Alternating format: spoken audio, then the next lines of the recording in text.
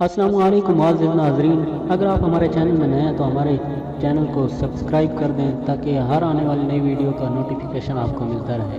یحییٰ بن ایوب بیان کرتے ہیں کہ خراسان کے دروازے پر جو قبرستان ہے، ایک دن میں وہاں گیا اور وہاں پہنچ کر ایسی جگہ بیٹھ گیا کہ وہاں سے مجھے قبرستان میں داخل ہونے والا ہر شخص صاف دکھائی دیتا تھا۔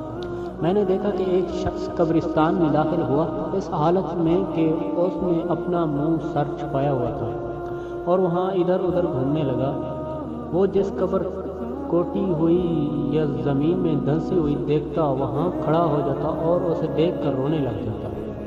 میں اپنی جگہ سے اٹھا اس خیال سے کہ میں بھی اس سے کچھ نفع حاصل کروں۔ میں جب اس کے قریب پہنچا تو وہ سعدون تھے اور وہ حضرت عبداللہ بن مالک کی قبرستان کی ایک جھونپڑی میں بیٹھا کرتے تھے۔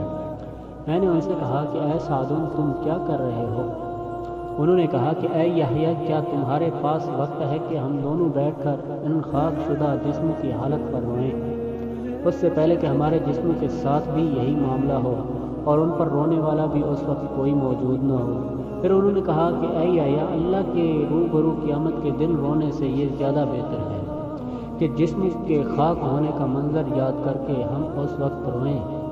اس کے بعد کہا، اے یحییٰ، وَإِذَا الصُّحُفُ نُشِرَتْ، اور جس وقت کے اعمال نامے کھول دیے جائیں گے۔ یہ آیت پڑھی اور ایک سخت چیخ ماری اور کہا، اے یحییٰ، ہے افسوس اس وقت کیا ہوگا جس وقت میرے سامنے لایا جائے گا جو کچھ میرے نامہ اعمال میں لکھا ہوگا۔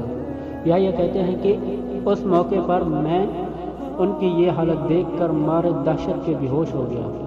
مجھے ہوش آیا، وہ میرے پاس بیٹھے تھے اور میرا چہرہ اپنی آستین سے صاف کر رہے تھے اور کہہ رہے تھے کہ اے یحییٰ، کہ اگر تم اس وقت فوت ہو جاتے تو تم سے زیادہ کوئی باشرف نہ ہوتا۔